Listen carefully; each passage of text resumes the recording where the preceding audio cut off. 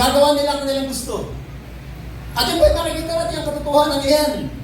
Na talagang may mga taong nasa the other division, sila vessel of dishonor or vessel of wrath fitted for destruction. Bakit?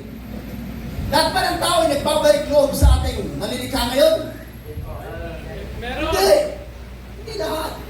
Mas marami ang hindi nagbabalik loob. Tama po ba? Mas marami. Katunayan, mga kapatid, ang sangkatauhan, nasabi natin 99%, they will live and die. Slave by sin or slave by religion. Tama? Ang tayo mamumuhay at mamamatay. Some of them are good people, some of them are bad people. They will live and die. Slave by religion or slave by sin. Papayagan naman ulit kayo mga tao yan na mabuhay at mamatay, hindi ligtas. Magagawa nila gusto nila. Hindi sila maliligtas, pero hindi sila napahamak sapagkat hindi sila kabilang sa eleksyon.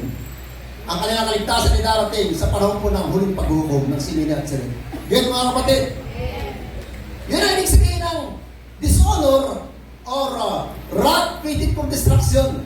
Susulpot sila sa mundo at mauubos ang kanilang buhay kahit na mahabang buhay, hindi sila alokin ng ating malilika ng alok para sa kaligtasan.